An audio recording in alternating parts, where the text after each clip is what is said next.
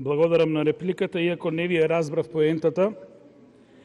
Во мојот говор ви спомнав со 15 милиона евра, ако ја подобрете сиромаштијата во државата, јас можам да ви дадам Нобелова награда на вас и на вашите ментори.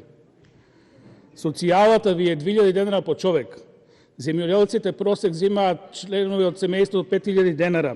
Пензии 200.000 пензионери земаат помали пензии од 18.000 денара. Невработените земаат 0 денара. Тоа е реалноста, тоа е сиромаштијата.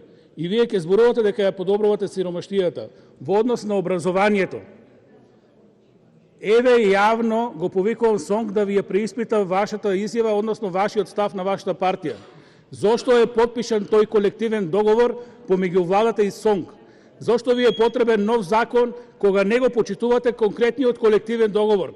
Значи, во вашата изјава Сонк мора одма да излезе на штрајк. Вие не ги почитувате законите, не ги почитувате колективните договори, затоа што немате пари за да ги зголемите платите на вработените, затоа што тонете во криминал. Парите излегуваат од оваа држава во кофри и во ташни. Благодарам. Има збор пратеник од Ненад Коцич, повелете.